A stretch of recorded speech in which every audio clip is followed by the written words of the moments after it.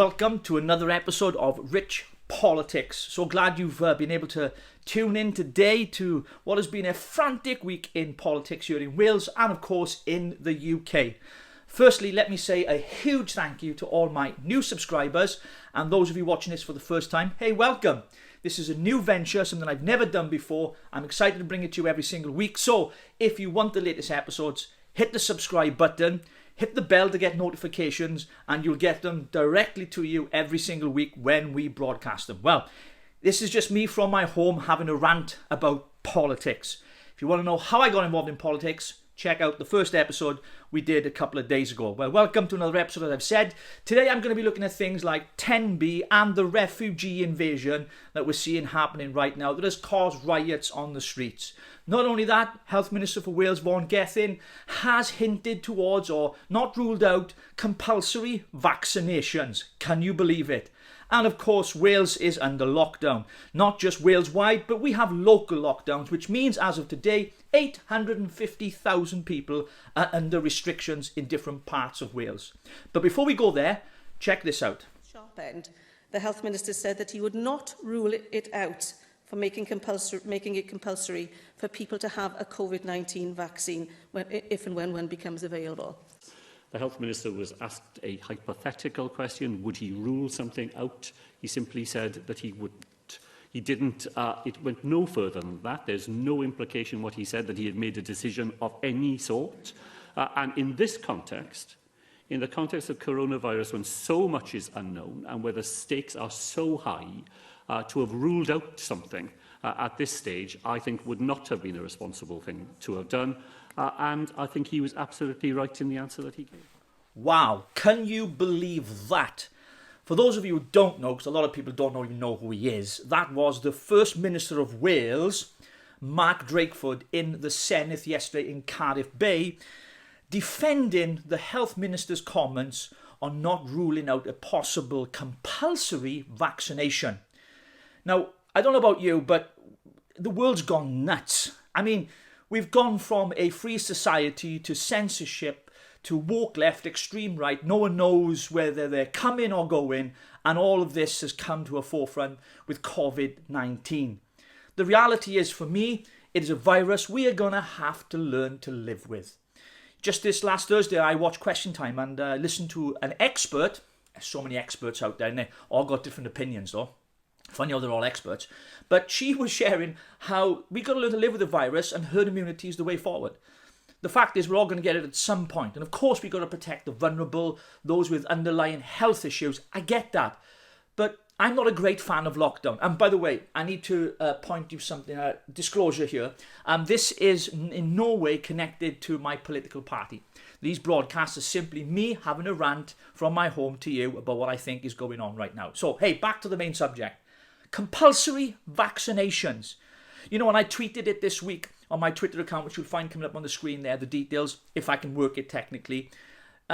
It's amazing the response that you get. People are actually angry that the Health Minister, and more importantly, the First Minister of Wales, when questioned in the Senedd by the leader of the Brexit Party, Mark Reckless, and of course by the Welsh Conservatives, he defended the comments that were made, that you just heard, that we cannot rule nothing out. Well, let me help you, First Minister. Let me help you, Vaughan Gething, Health Minister.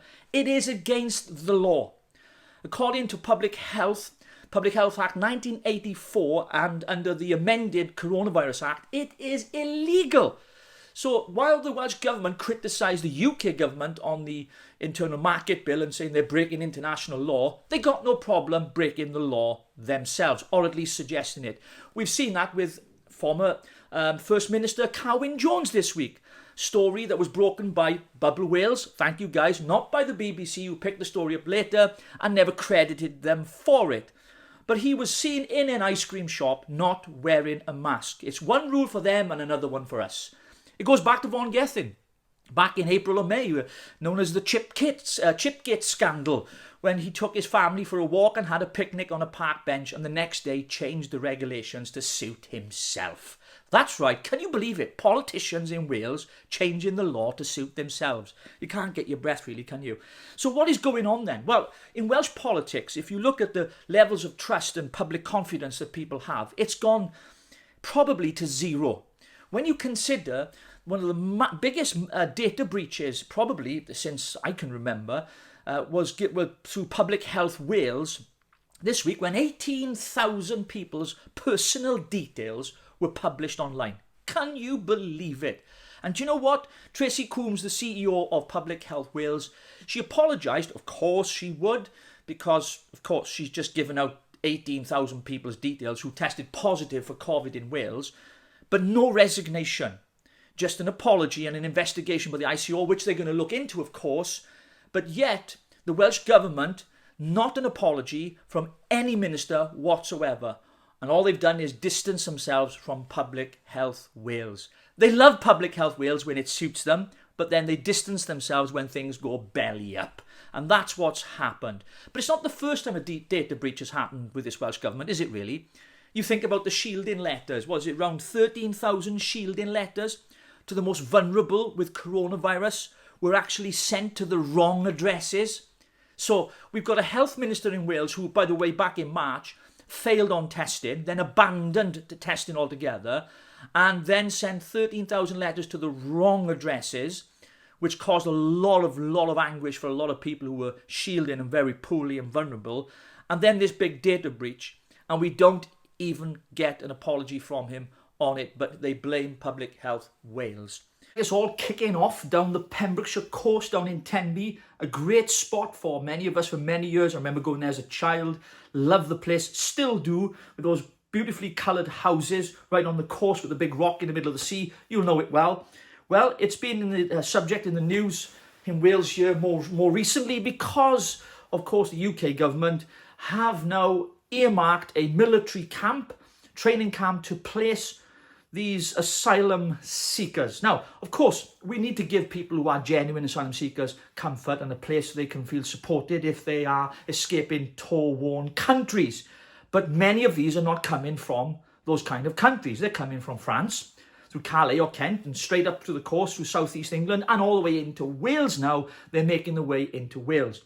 And of course, the Welsh Government have prided themselves, along with Plaid Cymru and Welsh Labour, of being the place of sanctuary for illegal immigrants, or I should say asylum seekers. I'll let you make your own minds up, because many of them end up getting deported once they apply for asylum.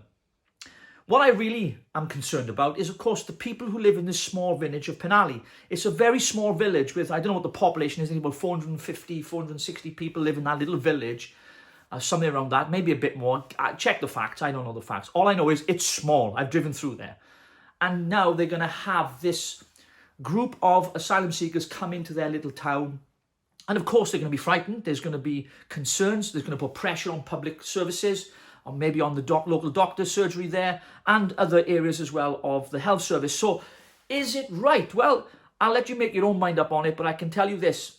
It's been a bad move by the UK government. If you ask me on this, they should have consulted first. There should have been more dialogue, but nevertheless, it's happening. And I wish and hope that the people of Pembrokeshire down there in Tenby are all going to be okay. Moving on then. You know, we're back into a Wales-wide lockdown after the Cobra meeting yesterday, which simply means now that we have applied certain rules to the whole of Wales, but within those rules, we have local lockdowns. A total of 850,000 people are now living under restrictions in Wales. That's in local lockdowns, and we have a Wales-wide lockdown. Things like not buying alcohol after 10 o'clock, and of course shops shutting from selling them, and pubs and restaurants shutting at 10 o'clock. Now, I don't know about you, but I have to be honest with you. When I heard the idea that we were going to go back into a lockdown, I didn't like the idea, to be quite frank, but I understand some of the reasons for it. But here's my problem. My problem is this. If the virus is spreading in enclosed environments, why don't they shut the pubs? Now, don't get me wrong. I'm a great fan of the pubs, right? I'm all for a drink with my mates on a Saturday and, you know, watch the football and the rugby. And it's good for the economy and our businesses, and especially those of you watching who run small pubs and restaurants. But surely, if the virus is that potentially dangerous and it's spreading as we're being told, which, by the way, the Chief Medical Officer and Chief Scientific Officer put some red bars up the other day, giving us the worst case scenario, talk about Project Fear. I mean, my goodness me, I thought the world was going to end when I saw that. But that's another story for another time.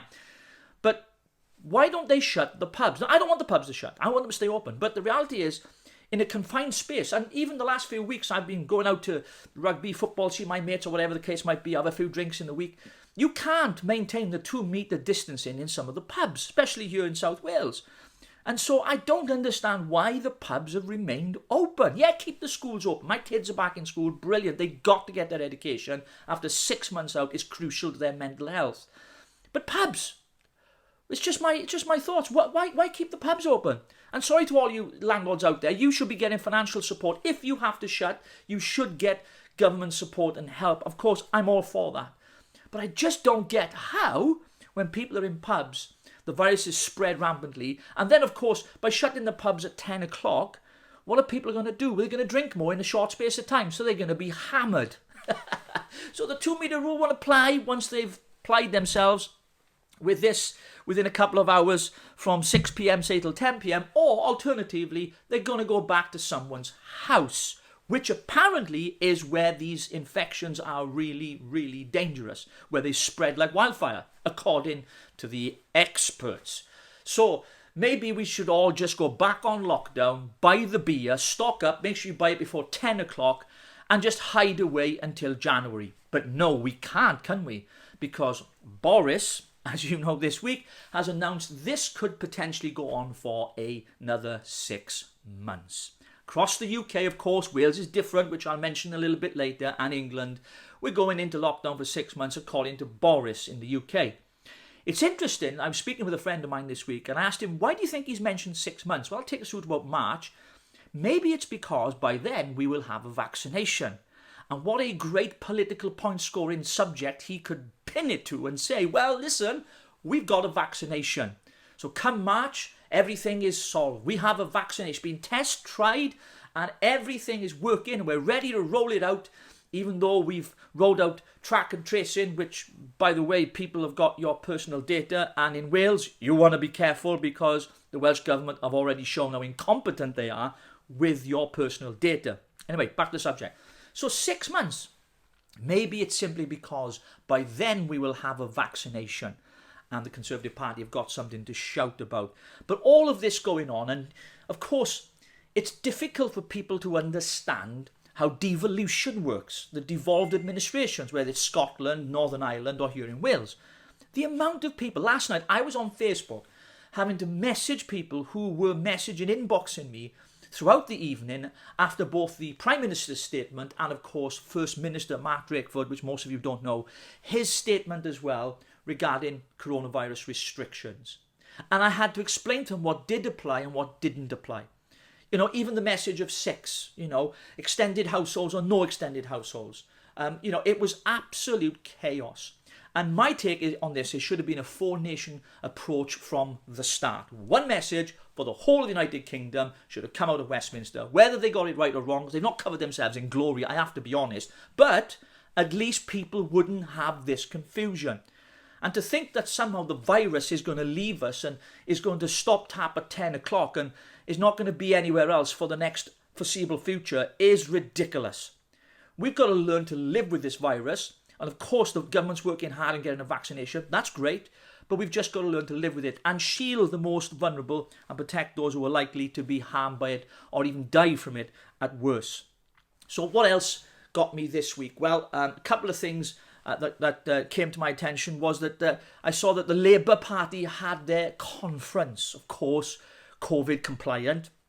And good old Captain Hindsight, Keir Starmer give what many, many journalists have said was a great speech. Well, let's take a look at it for a moment, shall we? Let's be honest. I mean, the speech headline was, "We're under new leadership."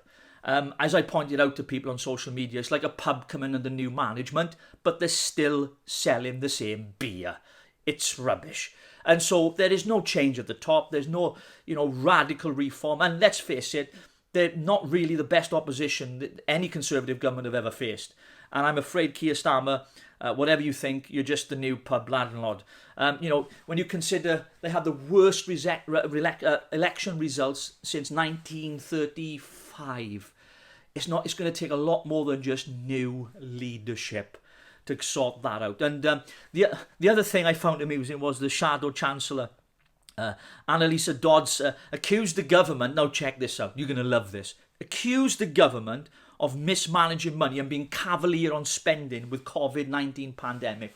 I couldn't believe my cotton socks when I heard that. To suggest that a Labour shadow chancellor has accused the UK government, Conservative government, you know, the government of austerity, of cavalier spending, you wouldn't believe it. She did. Cavalier spending. They'll be quick to criticise the government if they didn't pay for people to stay off work and furlong and paying 80% of people's salaries, which no other government has ever done in human history, as far as I know, here in the UK, of course, paying people's wages. That ends in October.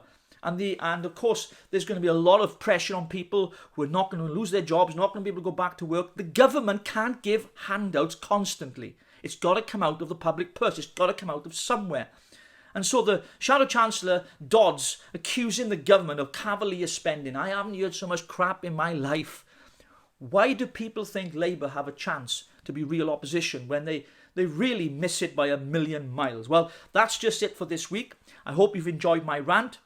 And of course, remember, don't worry, in 6 months, we'll have a vaccination and we'll all get back to normal.